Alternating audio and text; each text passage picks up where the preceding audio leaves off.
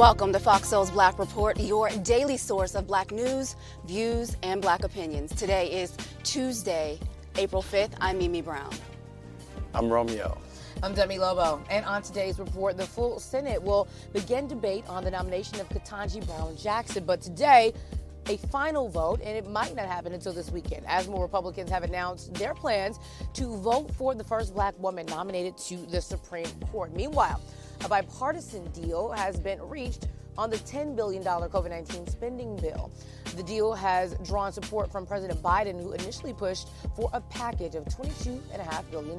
Then, President Obama returns to the White House today, his first public visit to the White House since leaving office. Plus, we're getting our first look at Regina King and Shirley Chisholm, why fans are reeling that another Oscar could be in the bag for the actress. And Ye has pulled out of Coachella. He was set to headline the event. Now organizers are scrambling to come up with a plan B. What this means for the upcoming festival, we'll let you know. And of course, we have our voice, we have our truth, we have all of that and so much more. So let's get it.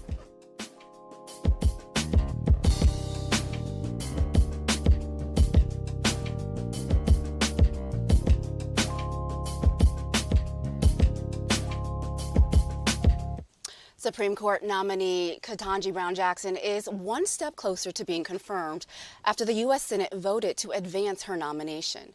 The full Senate will begin to debate her nomination today, but a final vote may not happen until this weekend. Yesterday, two more Republican senators, Mitt Romney and Lisa Murkowski, announcing they plan to vote for Jackson.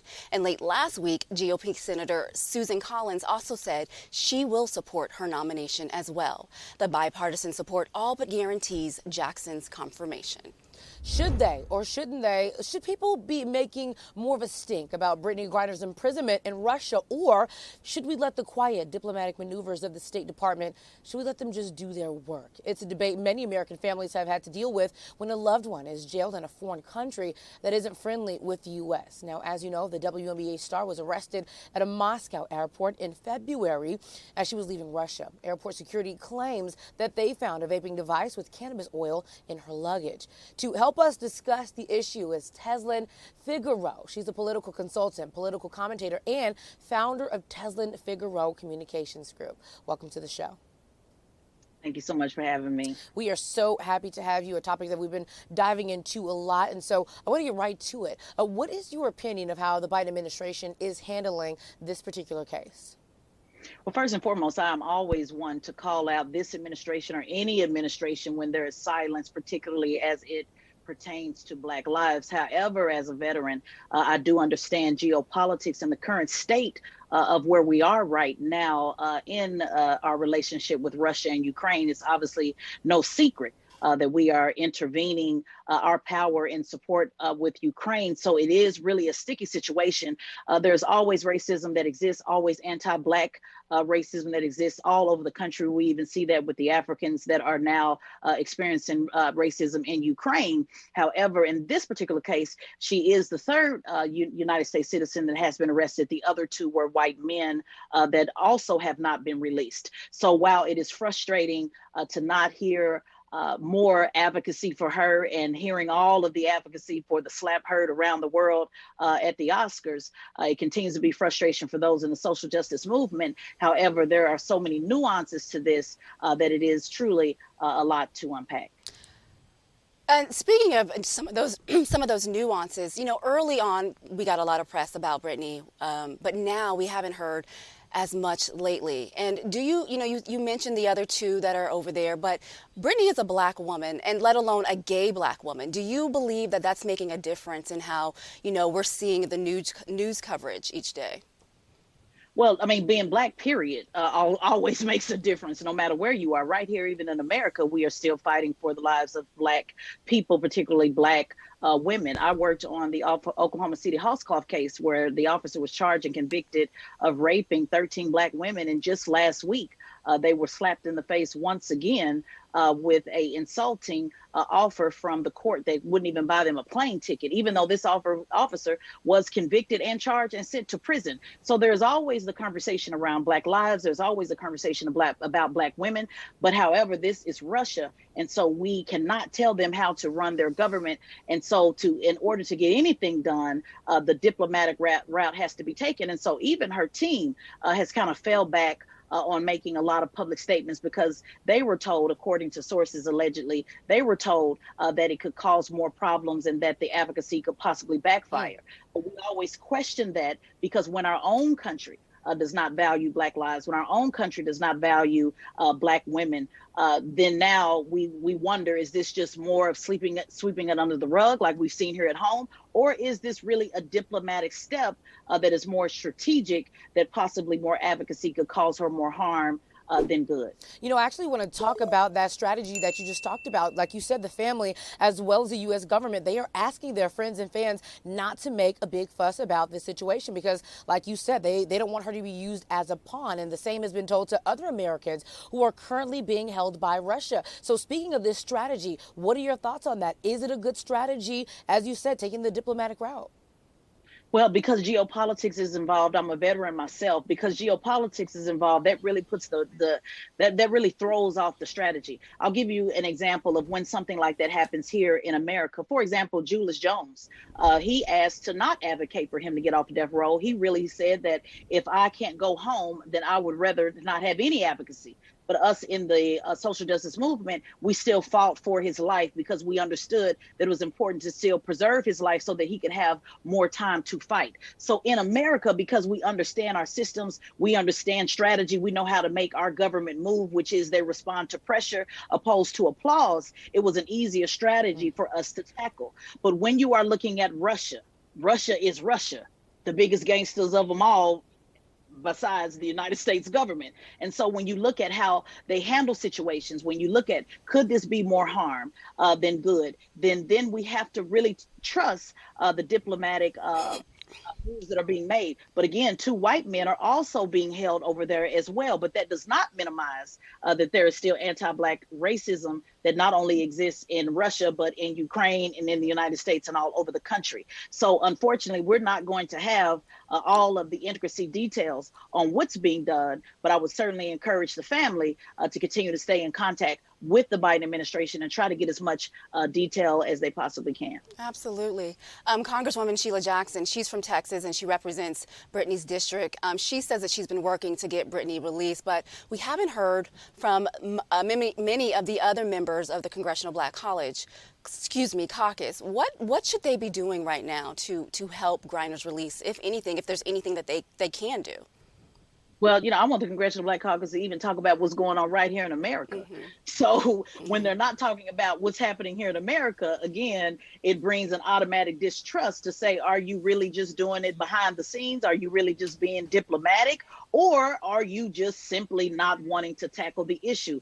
And that really goes down to the larger discussion on, do we trust our government to do the things that we're asking them to do? So because, again, geopolitics just really throws this into a whole nother conversation. And because this is the worst timing that this could have happened, because literally Russia is now in war with Ukraine and the United States has intervened on behalf of Ukraine. So it's the timing of it all. If this was a completely different time and we were not in the middle of war, I would say that we need to scream as loud as we possibly can, just like we have to do here in America in order to get them to value our lives. But I do not want to ignore the fact that there is an active war going on right now with Putin, an active war going on with Russia, who is obviously not making the most stable decisions because they're killing civilians and babies in the street. So all of that has to be taken into consideration when we say, well, us going on Twitter, is that really going to make a difference to the Russian government? They could care less about Twitter. Our elected officials may care about social media and going on Twitter and the media, but we are talking about a whole entire region that moves absolutely completely different and responds differently to their constituents when they are demanding pressure. We don't have a lot of time, but I have to get one last question because you just started talking about Twitter and strategy, and you are a communication specialist. And so I would love to know, if you were dealing with this situation, how would you handle it? Well, again, the geopolitics is where what really throws it off. I will continue to have close relationship with the family and obviously Congresswoman Sheila Jackson and the Biden administration and whatever type of ambassadors, any type of military personnel that we could get access to and demand answers to know what is going on with her case. She did, unfortunately, break a law allegedly. I don't know if she did or she did not, but they have their laws and their rules and see if there can be some negotiation. But I just don't know if America is in a position to negotiate because we are literally, given the hood version, we are running up in their neighborhood, you know, and causing a issue. So I don't know what the timing would be. So unfortunately, I could not give advice, but I do want to give advice to Americans, Black Americans in particular here in America, to continue to keep raising your voice because these stories have to keep getting bumped up over and over and over. So it does not hurt to talk about it on Twitter and social media and to ask for the questions, but it is ultimately up to the family to make the decision on how they want us to continue to engage in their issue. Tesla and Figueroa, you have me fired up, and I'm sure you have our soulmates fired up as well. Thank you so much for joining us, and we absolutely would love to have you back again. Thank you.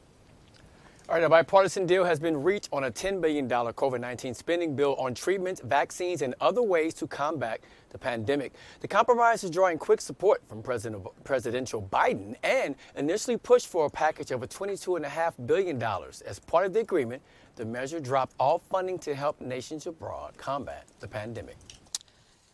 And former President Barack Obama, he's at the White House today. This is the first public event Obama has made in the White House since leaving office. He joined President Biden and VP Harris for a Rose Garden event to talk about the success of the Affordable Care Act. President Biden is also planning to announce new actions to save families hundreds of dollars a month on their health care. A Supreme Court decision is making it easier to sue police for wrongful arrest. The court ruled 6-3 in favor of a New York man who said he was falsely accused by cops of resisting arrest. The decision allows him to sue the NYPD for malicious prosecution. Now, in 2014, Larry Thompson was arrested by police after his fiance's sister accused him of sexually molesting his newborn daughter. It turns out the red marks on the child's bottom were from a diaper rash. Justice Brett Kavanaugh says the sister was suffering a mental breakdown when she called the police. When the cops came to the house, Thompson refused to let them in without a warrant. Police forced their way in by pinning Thompson to the floor, and he spent 2 days in jail. Prosecutors eventually dropped the charges against Thompson. This story is very, very wild, and so it's very important that we go back to something that we always talk about, having a person who can deal with mental health issues. But with this, because the woman called and she probably was frantic, if I was a receiver on the other line, there's a chance that I might not have known that this was a mental health situation. So that's where I think there's a fine line between having a mental health person come out and do we know if it was mental health or this was really happening. Right. Yeah, I'm wondering how this will hold up, you know, because of that way that phone call was made and them not knowing in the beginning. But no one wants this on the record. No one wants it to be talked about because it's going to be hard for him moving forward, even though they dropped all the charges, right? He's no longer accused. But this is something that can stay on his mind and be a cloud over his head for a very, very long time. But I just don't know if that's going to work out in this situation. You know, this decision actually paves the way for so many other cases, right? Justice Kavanaugh wrote for the court's majority, the plaintiff now needs only to show that the prosecution ended in a conviction. So that means that you can go backwards and you'll be able to look at all the other cases. Now, if the Supreme Court has now ruled that you just need to have that the case needed to end without a conviction, that means that we can go back and we can look at all the other cases. So this ruling overturns practices across the nations that protect police officers from civil lawsuits that they're exposed to. So if you were lying, if you were fabricating a case, now we can literally go back and we can examine all those cases. Now this will have a huge impact for all the stories. We do stories every day where the charges were dropped because someone lied or they planted evidence, but now because of this ruling, we'll be able to go back, we'll be able to look at all those cases and look at them with a different lens. So this is actually a really big deal. Yeah, it will help a lot of other people in the long run for sure. All right, the Florida man who threatened to decapitate Nancy Pelosi and Alexandria Ocasio-Cortez will spend the next year and a half in prison. 60-year-old Paul Hoffer pled guilty to 3 felony counts of making interstate threats against the House Speaker and the representative. He also threatened to harm Chicago prosecutor Kim Foxx. Prosecutors asked a U.S. district judge to sentence Hoffer to 3.5 years in prison. His defense asked the judge for leniency because he had recently been diagnosed with an aggressive form of cancer. The Pelosi threat sent to the FBI to Hoffer's house in 2019 to warn him not to make any more threats, but he called AOC's office the following year with more threats. President Donald Trump is endorsing Sarah Palin for Congress. Trump making that announcement over the weekend. Palin is running for this special election to replace Alaska Republican Don Young, who died last month.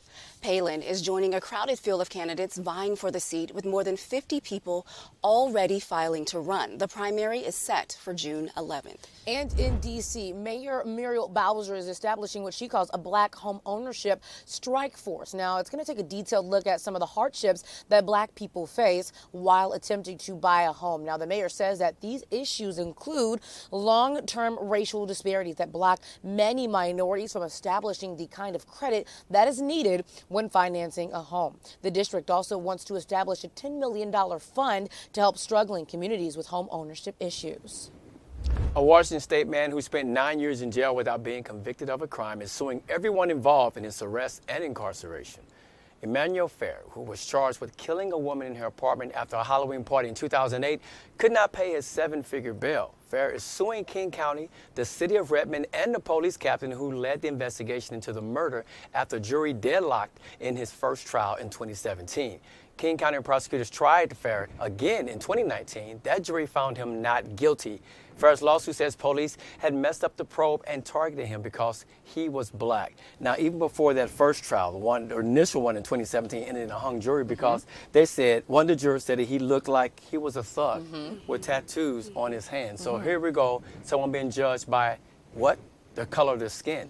And that happens so often here in our country, and that's an ongoing problem that we need to fix, because sometimes we're guilty before you even find out what the situation really is. Now imagine something would have happened to him behind bars during that time and he could not even got to this point.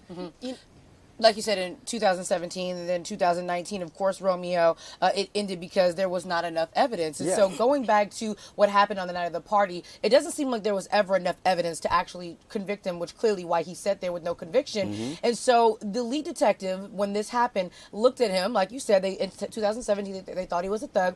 In 2000, and when it initially happened, the lead detective said, you know what, he looks like an outsider. So they looked him up, and then they saw that he had a criminal history. So if this man is actually innocent, this is going to be insane. This is going to be insane because, one, we don't know who actually did this. Yeah, Exactly. There's still no word on who actually did this. And I think it's just so important to point out that he sat in jail for 8 years, 7 months, and 14 days without a conviction. And so, yes, absolutely, now he should sue everyone involved. And this goes back to the earlier case about the Supreme Court and them opening it up so that you can sue now if you have, you know, found not guilty or a wrongful conviction. This just seems like a matter of wrong place, wrong time, because they referred to him as the black guy at the party. So it doesn't seem like there was a lot of us at this party. So if I was him as well, I would sue every single person that could potentially be Guilty sued. Everybody. for being black. Everybody, absolutely.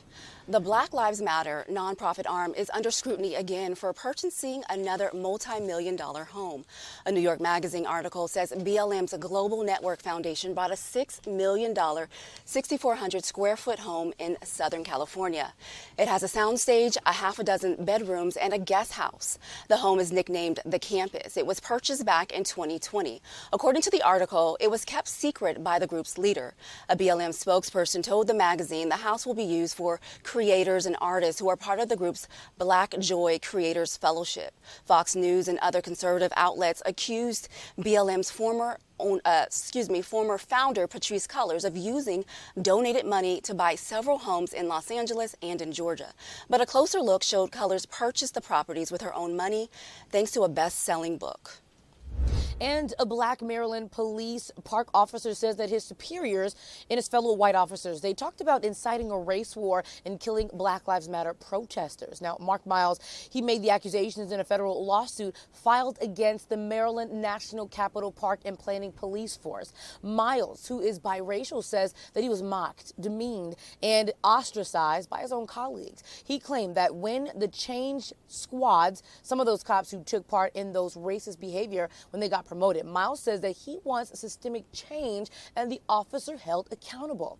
A spokesperson for the police department says that they launched a probe into alleged racial text messages. Now, they did not reveal what kind of discipline was taken against any of the officers.